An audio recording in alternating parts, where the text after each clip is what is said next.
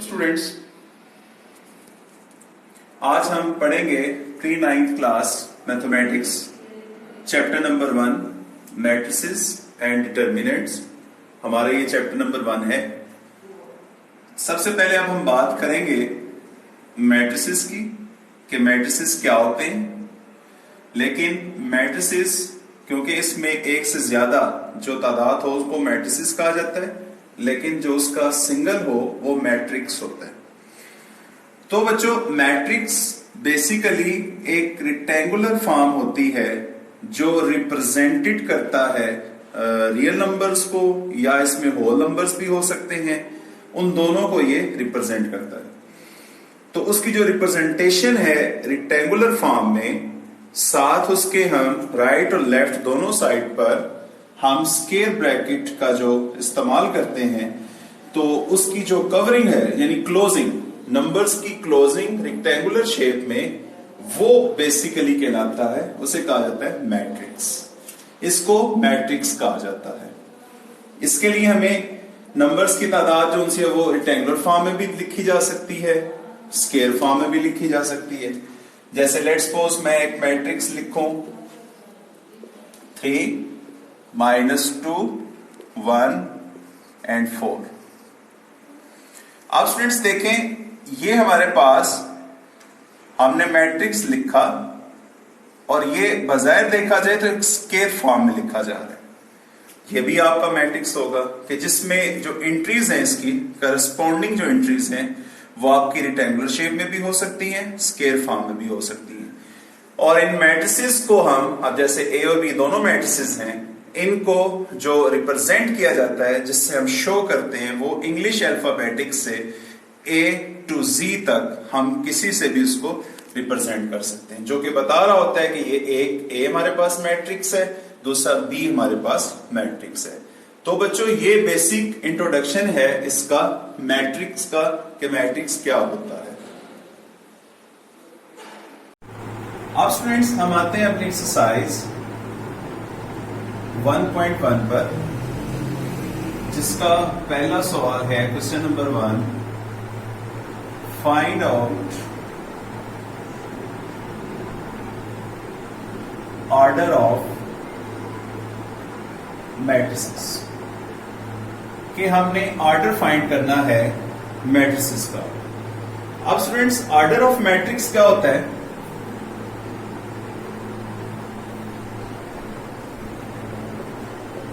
Order of matrix क्या है कि जब हमने बात की कि हमारे पास रेक्टेंगुलर और स्क्वायर फॉर्म में हमारे पास मैट्रिक्स होता है, लाइक एट 0 1 2 3 5 7 9 8। ये स्टूडेंट्स हमारे पास एक मैट्रिक्स है, इसका हमने ऑर्डर फाइंड आउट करना है। ऑर्डर फाइंड आउट करने के लिए हमें इसके लिए क्या क्या चीजों की जरूरत होती है? मैट्रिक्स डिपेंड करता है दो चीजों पर। Number 1 is row, second one is column. इन दो चीजों पे ये डिपेंड करता है, रो और कॉलम पर। अब रो और कॉलम क्या होते हैं, हमें कैसे पता चलेगा कि आया मैट्रिक्स के अंदर कहां पे रो है और कहां पे कॉलम है? जो इसकी एंट्रीज हॉरिजेंटल होती हैं, जैसे लाइक दैट यहां पे 1 2 और 3। अब इस पे जो ये 3 जोन से हमारे पास हैं, ये इसकी हॉरिजेंटल रिप्रेजेंटेशन शो कर रहे हैं, और ये वाली जो हॉरिजेंटल रिप्रेजेंटेशन है इसको कहा जाएगा रो। और यहां पे 1 2 3, तो हमारे पास जो नंबर ऑफ रोज हैं इज इक्वल्स टू 3। हमारे पास नंबर ऑफ रोज 3 है। अब स्टूडेंट्स, रोज का हमें पता चल गया। अब हम कॉलम की बात करेंगे, जो हमारे पास वर्टिकल पोजीशन में होता है, जो इसकी वर्टिकल पोजीशन है वो हमारे पास, उसको कॉलम कहा जाता है। तो यहां पे अब आप देखें हमारे पास कितने कॉलम्स बन रहे हैं, 1 2 और 3, यानी नंबर 1 नंबर 2 एंड नंबर 3, ये हमारे पास कॉलम्स हैं। तो अब हम लिखेंगे number of columns is equals to 3। तो स्टूडेंट्स, ऑर्डर ऑफ मैट्रिक्स अब क्या हुआ? Order of matrix is equals to number of rows by number of columns. ये हमारे पास ऑर्डर ऑफ मैट्रिक्स होता है। अब हमारे पास यहां पे कितनी रोज थी? 3। और हमारे पास कॉलम्स कितने थे? 3। तो इसका ऑर्डर हम इस फॉर्म में लिखेंगे, और ये नहीं लिखना हमने कि 3 by 3 9 नहीं लिखेंगे हम, जस्ट हम जितनी रोज उतनी कॉलम्स, जैसे 3 by 3 that is the order of the matrix. ये हमारा ऑर्डर ऑफ द मैट्रिक्स होगा। अब इसी तरीके से हमारे क्वेश्चन नंबर 1 में डिफरेंट पार्ट्स दिए हुए हैं। जैसे हम पहला पार्ट लेते हैं, a is equals to 2 -5 3 and 6। हम इसका ऑर्डर कैलकुलेट करेंगे। सबसे पहले हम इसमें देखेंगे इसमें नंबर ऑफ रोज कितनी है, फिर हम इसमें देखेंगे नंबर ऑफ कॉलम्स कितने हैं,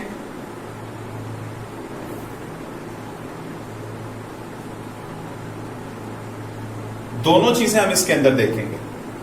अब स्टूडेंट्स, इसमें नंबर ऑफ रोज अगर हम देखें, नंबर 1 नंबर 2, यानी हमारे पास जो नंबर ऑफ रोज हैं वो हमारे पास 2 हैं।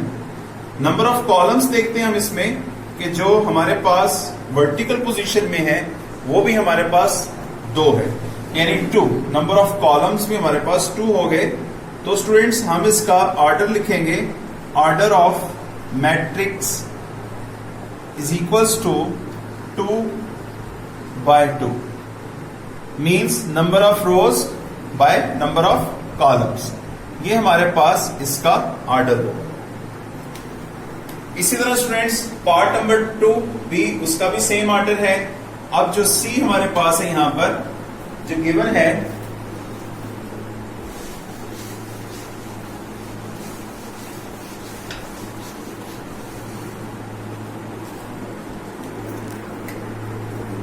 Part C is equals to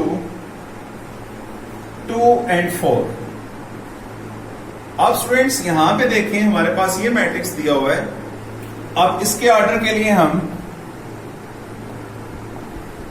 order of matrix सी, अब उसके लिए हमें वही चीज, इसकी नंबर ऑफ रोज देखनी है, नंबर ऑफ कॉलम्स देखने हैं। अब इसमें देखें आप कि नंबर ऑफ रोज सिर्फ 1 है, जबकि साथ हम लिख लेते हैं नंबर ऑफ रोज 1। अब इसका नंबर ऑफ कॉलम्स वो देखते हैं हम इसके अंदर, जो इसकी वर्टिकल पोजीशन में नंबर्स हैं तो इसके number of columns 2। So order of matrix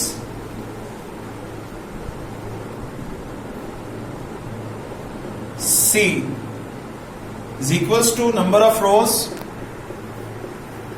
number of columns 1 by 2।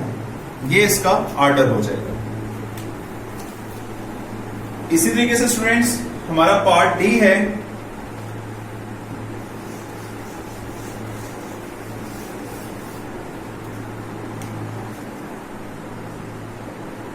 Part D is given at 406। अब स्टूडेंट्स यहां पे देखें कि यहां पे हमारे पास डी मैट्रिक्स के अंदर 406, सबसे पहले अब हम इसकी नंबर ऑफ रोज देखेंगे, नंबर 1 नंबर 2 नंबर 3। इसमें नंबर ऑफ रोज 3 आ गई। अब हम इसमें नंबर ऑफ कॉलम्स देखेंगे, क्योंकि इसमें एक ही वर्टिकल पोजीशन में नंबर है आपका, तो लिहाजा इसका कॉलम 1 होगा। तो students, order of matrix D is equals to 3/1। ये इसका ऑर्डर होगा डी मैट्रिक्स का। बाकी स्टूडेंट्स इसी तरीके से पार्ट ई सेम है आपका, उसका भी जो सी है वो नंबर ऑफ रोज टोटल उसमें अंदर 3 है और कॉलम्स 2 है, तो उसका ऑर्डर 3/2 होगा। इसी तरीके से हमारे पास अब एफ है, क्योंकि इसमें डिफरेंट कैटेगरीज आ रही हैं ताकि आपको हर चीज अच्छे तरीके से अंडरस्टैंड हो जाए। अब इसमें जो एफ है, F is given just only one corresponding entry, कि इसका अब हमने ऑर्डर बताना है।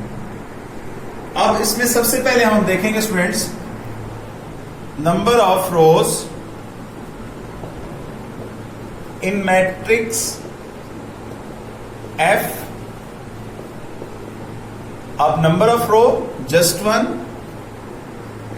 आ जाएगी। Number of column in matrix F is also 1. So order is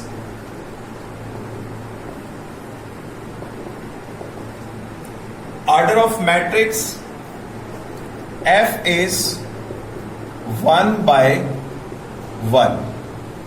ये इसका ऑर्डर बन जाएगा। तो स्टूडेंट्स ये था हमारा क्वेश्चन नंबर 1। इसका जो पार्ट जी और एच जो लास्ट है वो सेम उस तरीके से आप number of rose number of columns को देखेंगे और हमारा वो क्वेश्चन कंप्लीट हो गया तमाम। तो स्टूडेंट्स हमारा एक्सरसाइज 1.1 आज हम करते हैं क्वेश्चन नंबर 2 इक्वल मैट्रिसेस। सबसे पहले हमें इसका इंट्रोडक्शन पता होना चाहिए कि इक्वल मैट्रिसेस क्या होते हैं। इक्वल मैट्रिसेस ये होते हैं, इसकी दो चीजें हैं, order of both matrices same. Number 2 corresponding entries are also same. ये जब दो चीजें आपके मैट्रिसेस फुलफिल करेंगे तब हम कहेंगे कि दोनों जो मैट्रिसेस हैं वो इक्वल है। फॉर एग्जाम्पल हमारे पास दो मैट्रिसेस हैं,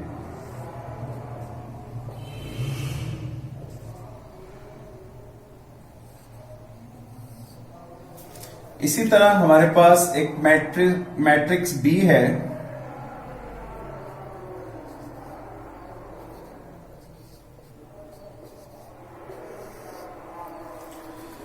अब स्टूडेंट्स देखें हमारे पास ये दोनों मैट्रिसेस हैं। ए की हम सबसे पहले एंट्रीज देखते हैं -1 3 4 एंड 2। बी की एंट्रीज में लिखा हुआ है -1 3 4 एंड 5 -3। अब स्टूडेंट्स सबसे पहला जो हमने यहां पे दो चीजें कही थी, order of the both matrices same, corresponding entries are also same. अब हम ये देखेंगे, सबसे पहले इनका ऑर्डर चेक करते हैं। इसके अंदर 2 रोज 2 कॉलम्स हैं, इसका ऑर्डर बन गया 2/2। सेम इसी तरह जो बी मैट्रिक्स है हमारा, इसका भी अगर हम ऑर्डर चेक करें आफ्टर द कैलकुलेशन कंप्लीट, जो क्योंकि 5 -3 हो रहा है, तो ये भी रिजल्ट हमारे पास -1 4 3 और 2 आएगा। तो स्टूडेंट्स इसका ऑर्डर भी बनता है 2/2। पहली चीज हमारी कंप्लीट हुई, ऑर्डर दोनों का सेम आ रहा है 2/2। अब हम देखेंगे दूसरी चीज, करस्पॉन्डिंग एंट्रीज। करस्पॉन्डिंग एंट्रीज का मतलब होता है जो इनके अंदर इनकी एंट्रीज मौजूद हों उनका भी आपस में सेम होना, एक जैसा होना जरूरी है। अब जैसे देखें इसकी पहली एंट्री -1 तो इसकी बी की एंट्री पहली -1, ए की पहली एंट्री 3 तो इसकी पहली सेकंड एंट्री 3। इसी तरह इसके बाद जो इसकी 3 नंबर पे एंट्रीज है 4, इसकी भी 3 नंबर पे एंट्रीज 4 आ रही है। इसकी 4th नंबर पे जो एंट्री है वो 2 है, और सेम इसकी देख लें 4 नंबर पे जो एंट्री है वो भी 2 है। अब करस्पॉन्डिंग एंट्रीज इनकी बिल्कुल सेम आ रही हैं, दोनों रिक्वायरमेंट्स को इसने पूरा किया, तो हम कह सकते हैं A is equals to B, यानी A matrix is equal to matrix B। तो स्टूडेंट्स ये इसका इंट्रोडक्शन है कि आपको पता होना चाहिए इक्वल मैट्रिसेस क्या होते हैं। अब हम आते हैं अपने क्वेश्चन नंबर 2 पर। वहां पे अब हमने बताना है कौन कौन से मैट्रिसेस आपस में सेम है।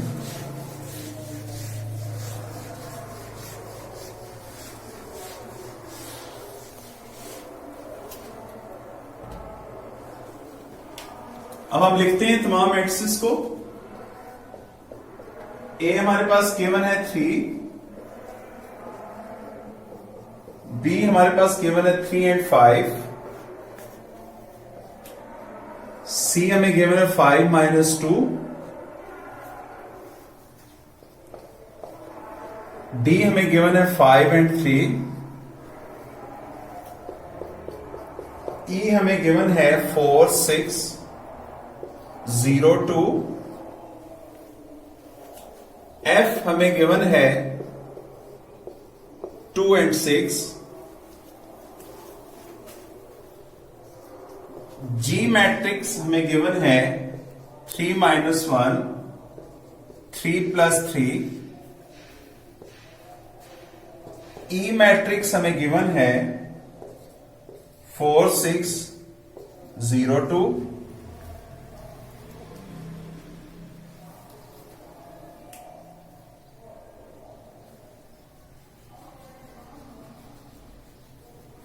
जी के बाद हमारे पास एच मैट्रिक्स है 4 6 0 2,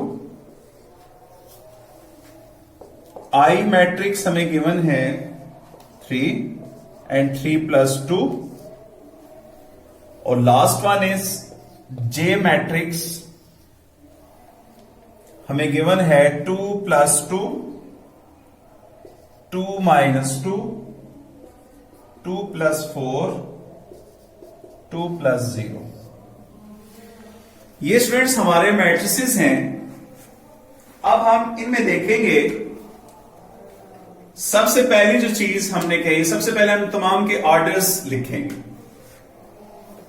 इसके अंदर स्टूडेंट्स एक रो और एक ही कॉलम है, इसका ऑर्डर बनेगा 1 by 1। बी मैट्रिक्स का ऑर्डर चेक करें, एक इसके अंदर रो है और 2 कॉलम्स, यानी 1 by 2।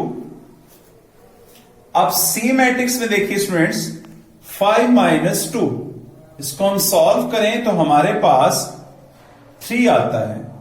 जब इसका हम ऑर्डर लिखेंगे 1 रो एंड 1 कॉलम, 1 by 1 आ जाएगा। सेम इसी तरीके से डी मैट्रिक्स में देखें, फर्स्ट रो एक ही रो है इसके अंदर और इसमें 2 कॉलम्स हैं, तो 1 by 2 आ जाएगा।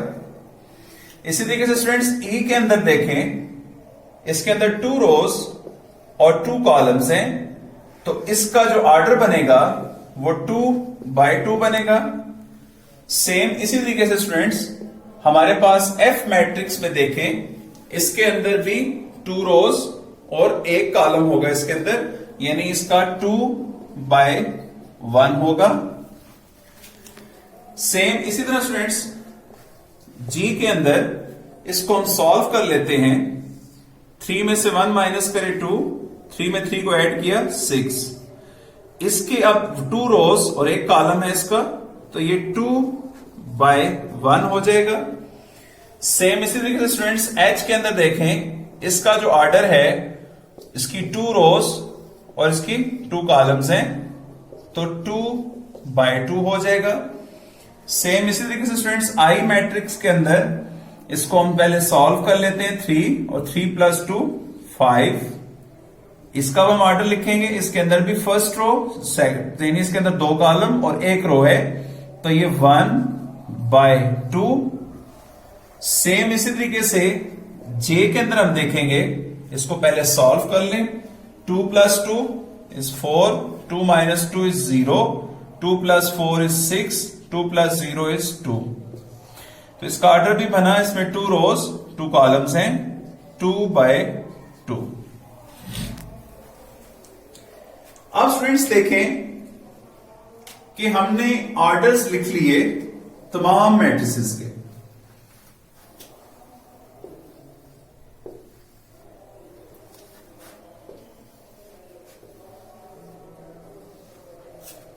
अब हमारी जो फर्स्ट रिक्वायरमेंट है, ऑर्डर ऑफ द मैट्रिसेस को चेक किया जाता है।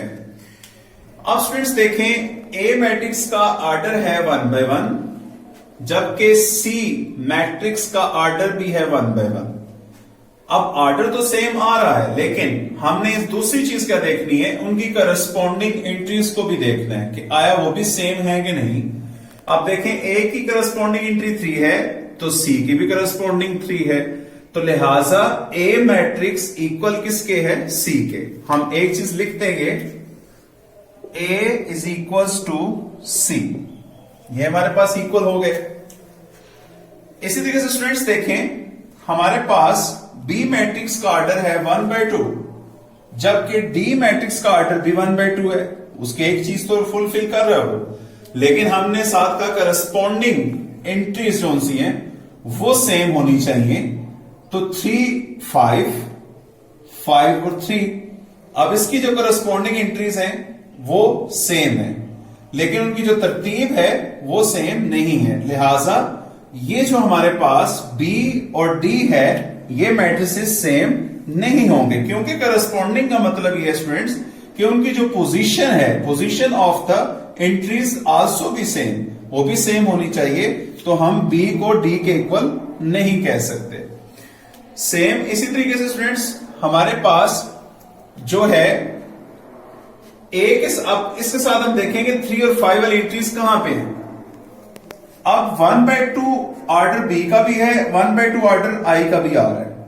अब यहां पे देखें स्टूडेंट्स, ये ऑर्डर फुलफिल कर रहे हैं दोनों, और साथ इनकी एंट्रीज जो सी वो भी सेम आ रही हैं। इसकी भी करस्पॉन्डिंग पहले 3, आई की भी 3, इसकी भी सेकंड एंट्रीज 5, सेकंड एंट्रीज 5, तो ये दोनों फुलफिल कर रहे हैं। तो हम लिखेंगे बी इज इक्वल्स टू आई, ये हमारे पास इक्वल हो जाएंगे। अब स्टूडेंट्स जो जो हमारे पास इक्वल हो गए उनके ऊपर हम टिक का निशान लगा देते हैं, क्योंकि वो हमारे पास इक्वलिटीज में जा चुके हैं। अब स्टूडेंट्स हम चलते हैं ऑर्डर्स की तरफ। सबसे पहले अब ई मैट्रिक्स पे देखें, इसका ऑर्डर 2/2 है। अब 2/2 ऑर्डर वाले देखते हैं हमारे पास कौन कौन सा है। अब 2/2 ऑर्डर एच का भी है, एक तो चीज पूरी हो गई। अब हम इनकी करस्पॉन्डिंग एंट्रीज देखेंगे। अब स्टूडेंट्स देखें, ई की पहली करस्पॉन्डिंग एंट्री 4, एच की भी 4 है, इसकी सेकंड एंट्री 0, इसकी भी सेकंड एंट्री 0 है, इसकी थर्ड एंट्री 6, इसकी भी थर्ड एंट्री 6 है, इसकी फोर्थ एंट्री 2 है, इसकी भी 2 है। तो इसकी एंट्री सेम आ रही है, पोजीशन भी सेम है। तो हम कह सकते हैं ई मैट्रिक्स इक्वल है एच मैट्रिक्स के। सेम इसी तरीके से स्टूडेंट्स एक हमने पहले, क्योंकि 1/1 कंपैरिजन करते हैं, अब हम अगेन देखते हैं हमारे पास 2/2 ऑर्डर कहां पे है। अब स्टूडेंट्स 2/2 ऑर्डर जे मैट्रिक्स का भी है, लेकिन साथ हम उनकी एंट्रीज को भी देखेंगे। इसकी फर्स्ट एंट्री 4, एच की भी 4, ई की भी 4, सेकंड एंट्री 0, इसकी भी 0, इसकी भी 0 आ रही है, थर्ड एंट्री इसकी 6, इसकी भी 6 है, यहां पे भी 6 आ रही है, इसकी फोर्थ एंट्री 2 है, यहां पे भी 2 और 2। तो यहां पे हमारे पास जो 2/2 ऑर्डर्स की फॉर्म में E is equals to H, और साथ हम ये भी कहेंगे also B equals to J. ये हमारे पास 3 मैट्रिसेस जो से हैं वो सेम हो जाएंगे। इनके ऊपर भी हम टिक का निशान लगा देते हैं कि जो हमारे पास सेम हो चुके हैं। अब स्टूडेंट्स हमारे पास जो रह गए हैं विदाउट, हम देखते हैं एक हमारे पास एफ मैट्रिक्स है और एक हमारे पास जी मैट्रिक्स है। अब हम एफ मैट्रिक्स को देखेंगे। एफ मैट्रिक्स का ऑर्डर 2/1 है, जी मैट्रिक्स का ऑर्डर भी 2/1 है। पहली चीज तो पूरी हुई। सेकंड हम ये देखेंगे उनकी करस्पॉन्डिंग एंट्रीज। इसकी एंट्री 2 और 6 है, इसकी भी एंट्री 2 और 6 है, लेकिन साथ हम इसकी पोजीशन भी चेक करेंगे। फर्स्ट एंट्री रो की इसकी 2 और एफ की भी फर्स्ट पोजीशन जो इसकी रो की है वो 2 है। सेकंड एंट्री 6, इसकी भी सेकंड एंट्री 6 होगी। अब इसकी करस्पॉन्डिंग एंट्री सेम आ रही है, पोजीशन भी सेम आ रहा है, तो हम कह सकते हैं कि जो हमारे पास जी है और एफ है आल्सो बी इक्वल। तो स्टूडेंट्स ये हमारे पास आ जाएंगे इक्वल मैट्रिसेस, जिनको हम इक्वल मैट्रिसेस कहते हैं। सिर्फ इसमें हमारे पास सिर्फ और सिर्फ जो डी है वो किसी के इक्वल नहीं था, बाकी तमाम मैट्रिसेस जो उनसे ऑलमोस्ट एक दूसरे के इक्वल थे। तो ये हमारे पास आंसर होगा। Values of A, B, C and D. हमारे पास मैट्रिक्स गिवन है A plus C, A plus 2b, c minus 1, 4d minus 6 is equals to 0, minus 7, 3 and 2d। हमने कैलकुलेट करना है, calculate values of A, B, C and D. तो ये students हमने इसमें से कैलकुलेट करनी है वैल्यूज ए, बी, सी और डी की।